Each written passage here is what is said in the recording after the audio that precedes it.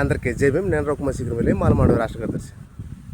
ఈరోజు doctor BR Ambedkar Konaseema జిల్లా ముమ్మడివరం నియోజకవర్గం కాట్రేనికోన మండలం కాట్రేనికోన గవర్నమెంట్ హాస్పిటల్ అంటే ప్రాథమిక ఆరోగ్య కేంద్రం. ఈ ప్రాథమిక ఆరోగ్య కేంద్రంలో యాజమాన్యం అనగా డ్యూటీ డాక్టర్, ఈ హాస్పిటల్కి ఎవరైతే మెయిన్ హెడ్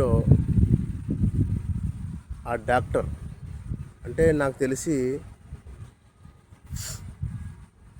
అక్కడ ఎక్కువగా లిఖిత మేడం గారే ఉంటారు ఎక్కువ డ్యూటీ డాక్టర్.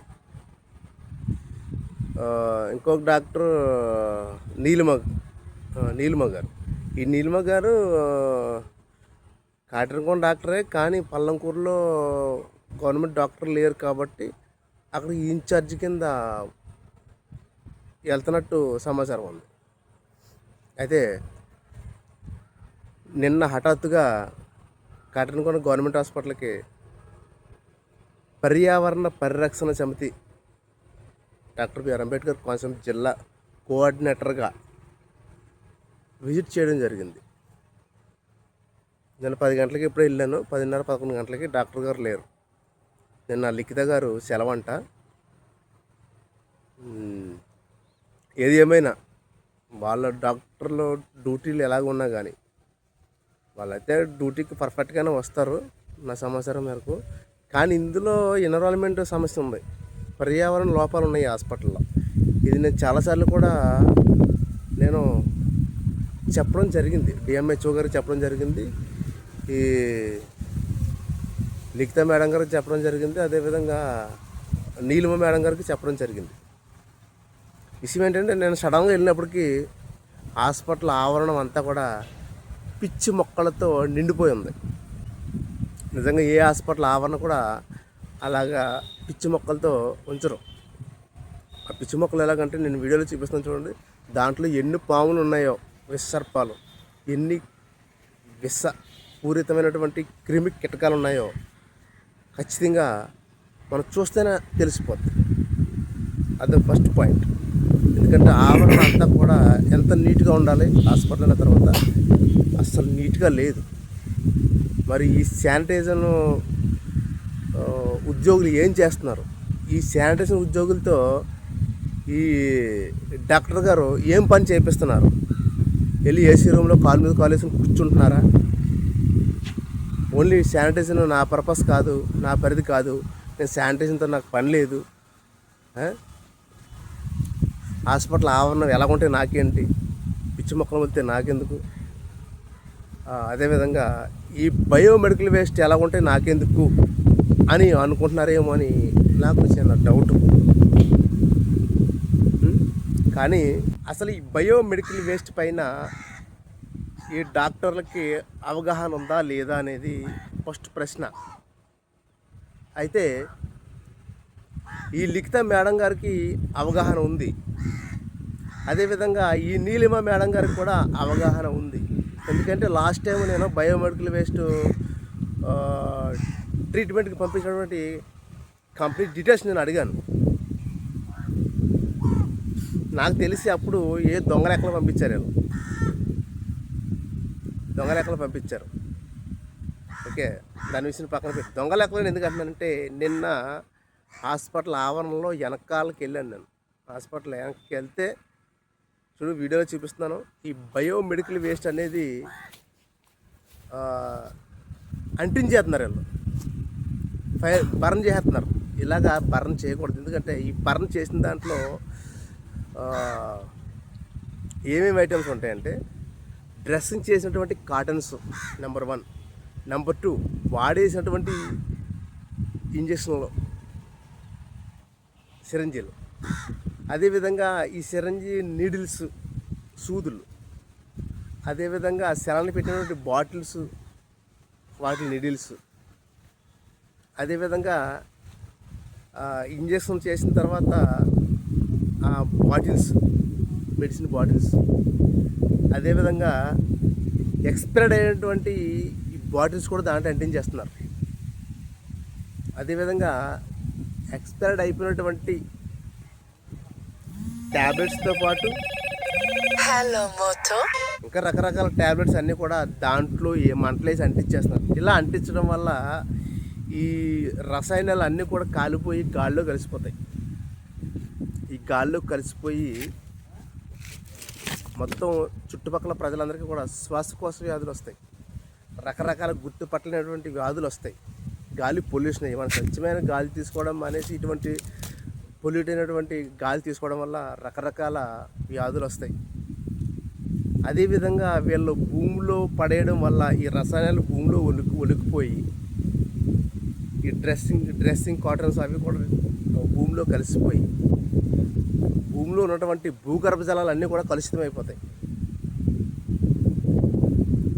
ఖచ్చితంగా వీటిపైన ఈ డాక్టర్లకు అవగాహన కల్పించాలి అని నేను అన్నాను. ఎందుకంటే వీళ్ళకి అవగాహన ఉంది. ఎందుకంటే లాస్ట్ టైం నేను మమ్మిడివరం గవర్నమెంట్ హాస్పిటల్ పైన 6 నెలల నుంచి నేను ఫోకస్ పెట్టాను. జనవరి నుంచి ఈ బయోమెడికల్ వేస్ట్ పైన నేను పెట్టినటువంటి ఫోకస్ ప్రతి వీడియో కూడా ఈ కాటన్గూడ ప్రాథమిక హాస్పిటల్ ఉన్నటువంటి డాక్టర్లు అందరూ చూస్తున్నారు.